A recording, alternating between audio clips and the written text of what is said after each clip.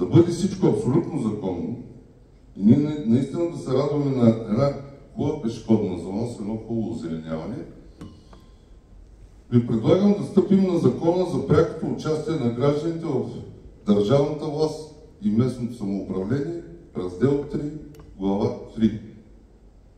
А това е местна гражданска инициатива в частта подписка. Предлагам и инициирам, ако ви сте съгласни, да стартираме подписка. Сред гражданите на град Поморие, стъпвайки на закона, срока за тази подписка е 2 месеца. Ще има официално обявени места къде ще бъде, но при това има една подробност, която трябва да знаете и да кажете да, съгласни сме или не сме съгласни. В двата случая ще приема мнението на присъстващите тук. Ако е не, приключва темата Гинко Белова и тя се остава по главната улица. Тоест, ако не искате да правим подписка. Ако искате да направим подписка, ще извървим целият път, който ще ви го кажа много накратко. През това време, в двата случая, ние ще се грижим за Гинко Беловата, така както за живо дърво. Тоест, никой не унищожава Гинко Беловата. Другата седмица озеленяването влиза и започва да подкастря дърветата, да има режи в върховете. Така че в двата случая Гинко Беловата ще има. Дали ще остане тук на главната улица, дали ще бъде на капката, но за да направим тази подписка, да стартираме, трябва по закон да се проведе общо събрание, на което да присъстват минимум 50 човека. Тези минимум 50 човека трябва да изберат инициативен комитет, който е от 3 до 5 човека и председател на този инициативен комитет. След това внасят предложението до Общинския съвет за сведение. Стартира ли тази подписка, със заповед на кмета се определят места, където да бъдат изложени съответните листи, всеки да мине, който има желание, да подпише, да се подпише. През тези 2 месеца може да се води и кампания. И всеки може да прави срещи за, против и така нататък. След като мина тези 2 месеца, подписката се внася в Общинския съвет, първо в администрацията, за да се провери по линия на ГРАО дали всички действително вписани живеят по постоянен или настоящ адрес в град Поморие, а не са се включили външни хора. И след това Общинския съвет е органа, който взима решението дали тази подписка е легитимна или не. Ако реши, че подписката е легитимна, тогава предлагам следващата стъпка. Каним 3, 4, 5 експерти, лесоинженери, които да обследват Гинко Беловата, как би се извадила, как би се позиционирала на капката и паралелно да предложат варианти за 5, 6 до 7 вида дървета, които са с голяма корона, вечно зелени, малко им падат листата и пазят голяма сянка. След като предложат тези видове, веднага пускаме онлайн анкета, за да може всички жители на град Поморие да се включат и да определят 1, 2 до 3 вида, които да бъдат засадени по главната ни улица. Когато се определят тези 2 вида или 3, вече предлагаме да обявим конкурс за изготвяне на проект, а не да възложим на някой да прави проект, конкурс за изготвяне на проект за промяна визията на централната ни пешеходна зона в частта озеленяване.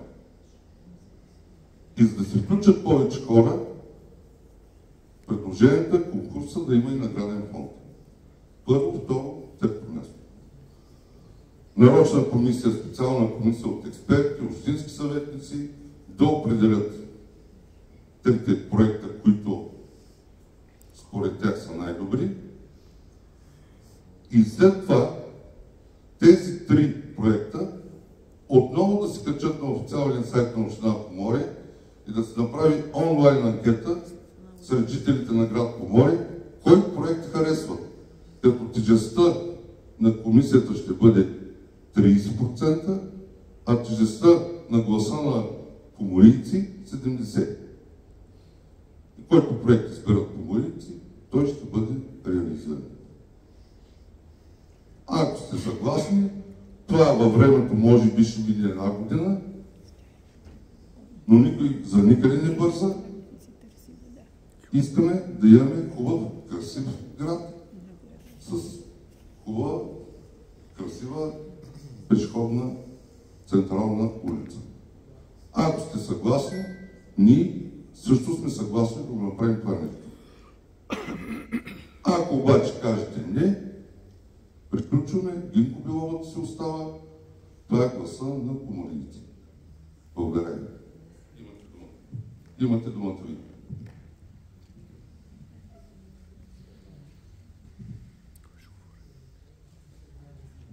Някой иска ли да вземе думата?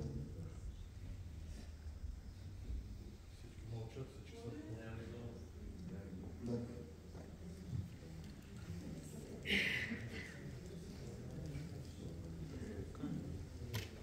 Аз ще вземам, просто искам някой друг да се изкаже, не съм аз.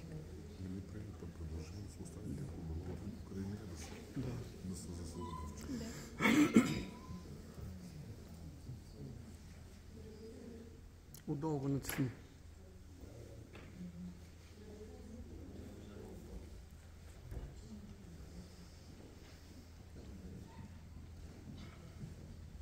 Здравейте на всички, казвам се Мария Тайванова, Поморие съм. Имам един въпрос.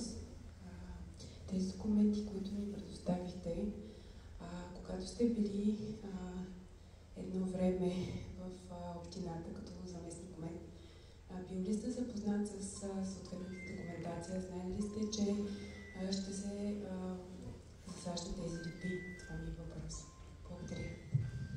Веднага ви отговарям, не. Не исках да връщам времето назад и нямам намерение да го връщам.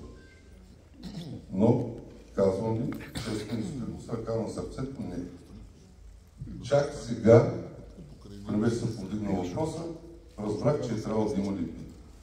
Като всички останали мои съграждани, аз съм останал с впечатлението, че трябваше да има Гинко Белова. Но не съм се изправил пред вас да връщам времето назад. Кой, какво, защо? Не бях запознат.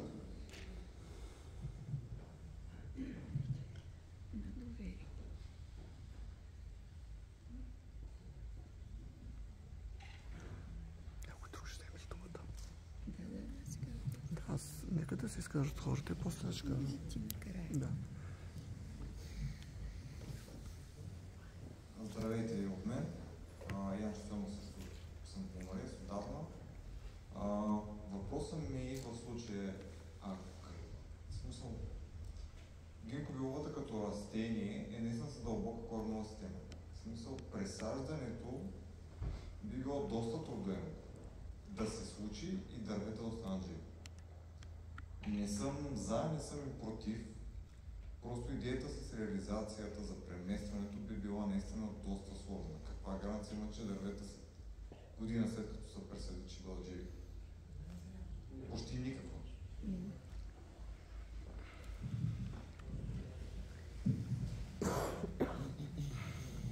Както казах, това не е някакво своеволие и с нощ съм легнал, сутринта съм се събудил и ще сменяме Гинко Беловата. Това е проучване в продължение на много време. Много разговори, много консултации, пак казвам с експерти, включително и по изваждането на Гинко Беловата през засаждането и на друго място. И тази дейност ще да се извършва от специализирана фирма, която носи гаранция за това, което извършва. Тя нямаше да се извършва от нашите служители. Знаете, навсякъде изпълнителя носи съответната гаранция. Включително, когато купите дръвчета от разсадник и ги засадите от градински център и ги засадите, там също няма гаранция, че на 100% ще се хванат. Но ако сте възложили на фирма, която е лицензирана да направи това нещо, тя носи съответната гаранция. И ако ви изсъхнат 3 или 5 дръвчета, тя да ги подменя. За същите. Тоест, тази дейност ще бъде извършена от лицензирана фирма, която носи съответната гаранция, и ако някое дърво изсъхне, ще да бъде заменено със същия тип дървета. Разсадника се знае откъде са взети. Това е един в България, който ги гледа. Така че гаранции има. В случая може ли да се каже каква е или каква би следвало да бъде? Кое каква е? Каква би била гаранция? Това ви казах. Никаква. Да се прихванат, ако преместят 63 дървета, да се прихванат 63 дървета. И не говорим като срок. Като срок е 1 година. До 1 година, ако не се хванат, те няма да се хванат. Нали така? И друго нещо в тази посока. Не е ли лесно да се мисли за по-добро озеленяване като цяло на града? Защото в момента сумат и зелени площи или се строят, или са образувани паркове. Мислим в тази посока и скоро ще обявим. Започваме, ние имаме наредба за зелената система, едно от малкото общини, които имат такава наредба. Започваме да създаваме така наречената зелена карта на Поморие. Това включва целия град. След това и останалите населени места, но почваме от Поморие, така наречената зелена карта. Всяко дърво ще бъде маркирано, описано с абсолютно всичко, което е. Прави се компенсаторно застрояване за сметка на строителя. Но сега не е това темата, допълнително ще говорим на тема озеленяване. Аз просто задавам въпроса. Съгласни ли сте да стъпим на този закон и да стартираме подписка, или не сте съгласни? Защото ако не сте съгласни, да приключим и достатъчно ви отнемам от времето след работа. А ако сте съгласни, да говорим в конкретика. Ако не, ще ви благодаря, че уважите поканата и... Ето там говорят. Благодарим, господин Алексиев, че инициирахте такава среща. С цялото ми уважение към вас, към всички присъстващи. Благодаря, че не са сложили липата. Сега аз пък разбирам, че е проектиран. Може би ландшафтният инженер не е имал предвид, че ще става въпрос по главната улица. Всички, малко или много, ако се интересували, кореновата система на липата е встрани и тя повдига плочки. Може би това е спряло вниманието на Гинко Беловата. През тези дни, тъй като съм вече пенсионер, доста поизчетох за Гинко Беловата, макар че всички гости, които са идвали в Поморие, са възхитени от центъра на Поморие. Гинко Беловата е дърво, което достига до 40 метра и до 10-15 метра коренова система, която е вертикална, без отклонения в страни. Вирее на пясъчна почва, на климат като в Поморие, на силно и горещо слънце, не се нуждае от поливане, с изключение на първата-втора година, докато се захване, и напълно подходящо за нашата главна улица. Кое е обаче пропуснато в тези 15-16 години? Не е подрязвано. И то качествено, без отговорен надзор, когато се извършва тази работа. За това, че има 5-6 дървета, които са женски, при засаждането не могат да се разберат. Разбира се, в кой пол е след 6-та година. Всички имат домашни любимци и те понякога се изтърват и миришат, но им слагат необходимите неща. И тук видях в интернет, в периода на зреенето се слагат такива мрежи около корена долу на земята. Разбрах, че има издружение от магазинерите, че като падат плочетата, туристите ги настъпят и влизат после в магазините. Мисля, че това може да бъде избегнато. И се чудя, след като сравняват Поморие с Токио, и аз се чудих защо, символа на Токио е гинко беловата. Дърво, което поглъща радиацията и оцелява 1000 години. Ние имаме нещо уникално по главното улица, което прави различни от другите градове и да се лишим от него.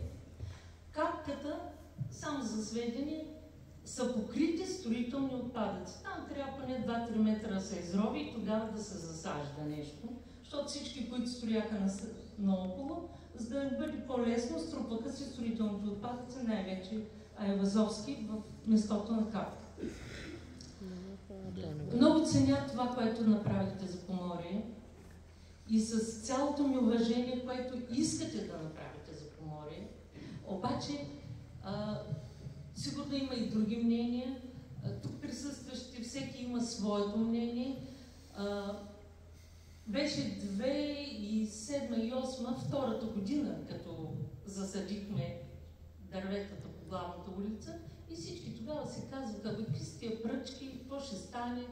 Поморие са малко недоверчиви хората.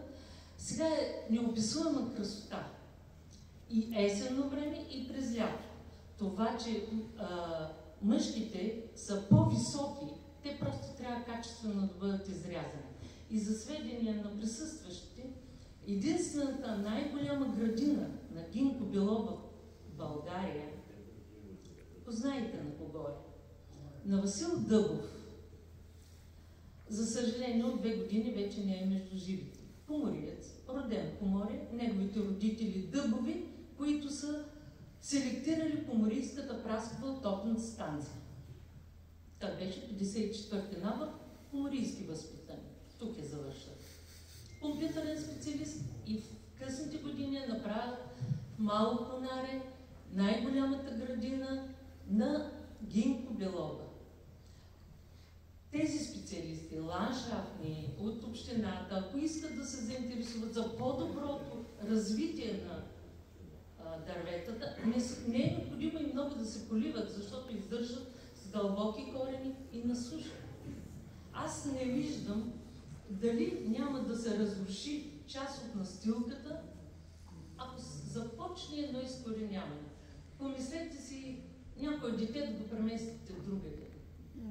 Нашето поколение няма да дочакаме развитието на другите дървета. 20 години са минали, след 20 години една, да кажем, 20 присъстващи няма да са между гражданите на Поморие. Защо общината хвърля толкова много енергия, средства, допитване и така нататък, а нещо хубаво, което имаме и уникално, да не остане, а пък да развиваме с всякакви видове. И сега се сещам в момента, може би преди 15 години, не, преди 17. Тъкно тук се правеше центъра. По един проект от училище бяхме на посещение в Молдова, в Кишинев. Шофьора пътува от Пападарова фирмата. И аз питам, какви са тия дървета по главната улица на Кишинев, толкова красиви? Знаете какви бяха? Орехи. Орехи пълметно направени, красиви. Във Валенсия вече дъщеря няколко години, казва, по улиците има райски ябълки, портокали и представете си, храстите са мушмули. Сега никой не иска тук да слагаме такива видове. Обаче се оказа, че гинко белобата е уникално за климата на Поморие. Аз, например, съжалявам дърветата, не моята гледка, когато минавам по улицата, града, квартал и видя тия осъкатени палми, разрошени, през лятото изгорели, през зимата от вятъра пък още по-зле. Нека да помислим за нещо, бризички и голисни. Тези сълкъма е най-подходящ за климата на Поморие. Много малки листенца, издържат на вятър, върбата обаче няма много дълбока коренова система. Има си специалисти. Не говорим за центъра. Ще вземат решение. Виждам колко много енергия, труд от вас, от общината, от гражданството. Защо е необходимо тази енергия да се разпилява за нещо, което е сътворено? Искаме да бъде приветли в града ни, центъра. Нека премахнем просещи деца. По улиците наслагали с вестници, без вестници и родителите да се отърват от тях, продават нещо си. Това отвръщава хората. Да сложим повече пейки, осветление. Може с енергията на Поморие да бъде сътворено нещо красиво. Но нещо готово. Помислете си, едната година сте сложили кухня вкъщи, и на следващата година не ви харесва цвета и не е нещо ще чупило, ще е махано. Да не изпадам в подробности за личен разговор. Аз уважавам всичко, което правите. И енергията, и начинът, по който гражданите на Поморие, че инициирате тази среща. И в заключение сега искам да ви кажа, оставете главната улица. Минете по периферията. Някога всеки ученик засаждаше дърво в училище, сигурно и ваше дърво има там. И имахме табелки.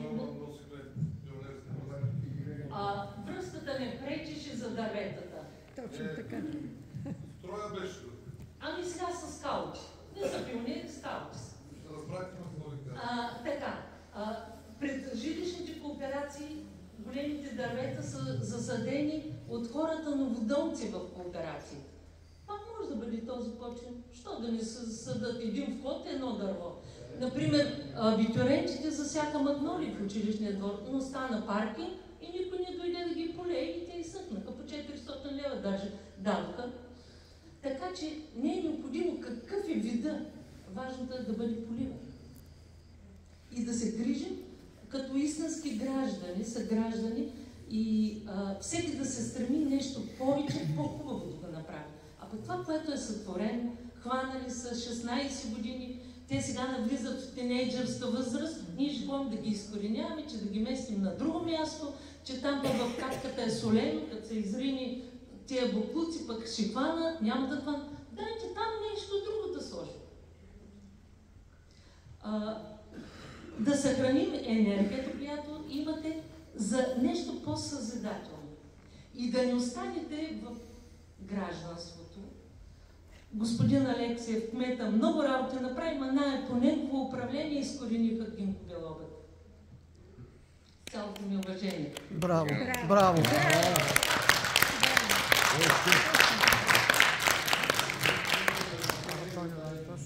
Благодаря ви. Не знам защо сте останали с впечатление, че съм се изправил тук да защитавам да махаме Гинко Белогът. Не, вие давление на други фактори и граждани. Не по давление на други фактори и граждани. Затова аз не мисля, че това е енергия. Затова влагам енергия, за да чуя повече мои съграждани, да чуя повече мнение. Ако това според вас не е добро, че влагам енергия в работата си, благодаря ви. Аз съм съдил дръвчета, да. И не случайно казах червената връзка, защото строя беше тогава друг. Много добре знаете. Сега младите ги влечат други неща. Няма да влизам в тази тема. Но да, няма нужда да влизам. И никой не иска нещо да разруши, а иска да надгради. И това всъщност беше и едната, и втората, и трета, и евентуално трета среща, която ни предстои с общинските съветници в петък. И аз мисля, че така могат да се получават нещата. Точно чрез тези срещи, тези разговори, защото аз ви показах едноличното управление. Дали се е случила липата или не, но факт. Проектът е одобрен с липа. Човека е идвал. Не знам след време дали няма да кажат, бе, по-добре беше Алексиев да ги махне. Що ни събра смелост? Никой няма да каже това. Никой няма да каже това. Така, окей, добре, не, защото по-добре да ни са били. Но много хора предложиха липа. Сега. Така че, относно поливането, метенето, ето се казва, никой не полива, никой не мете, никой не това. Аз ще върна назад във времето, нашите баби метяха улиците, поливаха дръвчетата, всичко. Никой правим. Аз си платих данъците, чакам общината. Нали? Милчо Талев е тук, може да ви каже, че редовно са мете центъра. Всяка сутрин мете са, мии са, но няма да спора вашето мнение, че центъра не са мете. Добре, няма проблеми, но това искам да ви кажа. Ние ще влагаме енергия да развиваме нашия град, заедно с поморите. А на който не му харесва, че си хъба енергията, имам излишна енергия, хъба е. Но е хъба за моя град, за нашия град. Трябва да е за нещо конструктивно. Така, и точно за позитивно е хъба и мисля, че нещата се виждат. Оттам нататък, кой с какво, как ще го запомнат, токата няма на тази земя. Да, така че първо да сме здрави. Второ, последно кажете, правим ли тази анкета или не я правим и да приключваме. Оттам нататък ежедневните теми, метене, поливане, чистене, ще ги говорим. Дните са пред нас. Само един въпрос, който тя повдигна. Ако се подрежат, ще избиете настрани, за да може да се получи? Не мога да кажа, Ани. Другата седмица започват да подрязват. В Поморие се оказа, че има страшно много експерти по озеленяване, част Гинко Билова. Всичко, което кажа, че го изпълним. Надявам се да се случат нещата. Защото сега не е подрязвано. Защото експертите си мълчаха. Сега се обадиха, за което им благодаря. Другата седмица започват да подрязват. Знаете къде живее. Да. Виждам какво се прави, така че аз съм също за махането им. Но ако се подрежат и се избият и се направят корона, нека да останат. Ще пробваме и ще изчакаме още 10 години. Ако не се получи, следващата да му мисли. Няма проблеми. Ако се поливат и ако се подрежат до 2 години, ще стане огромно. Почваме да се я подрязваме и след 10 години да сме живи и здрави да се видим пак тук и да говорим за нея. Благодаря ви. Хубава вечер. Гинко Билобата остава. Не, Гинко Билобата остава, няма смисъл от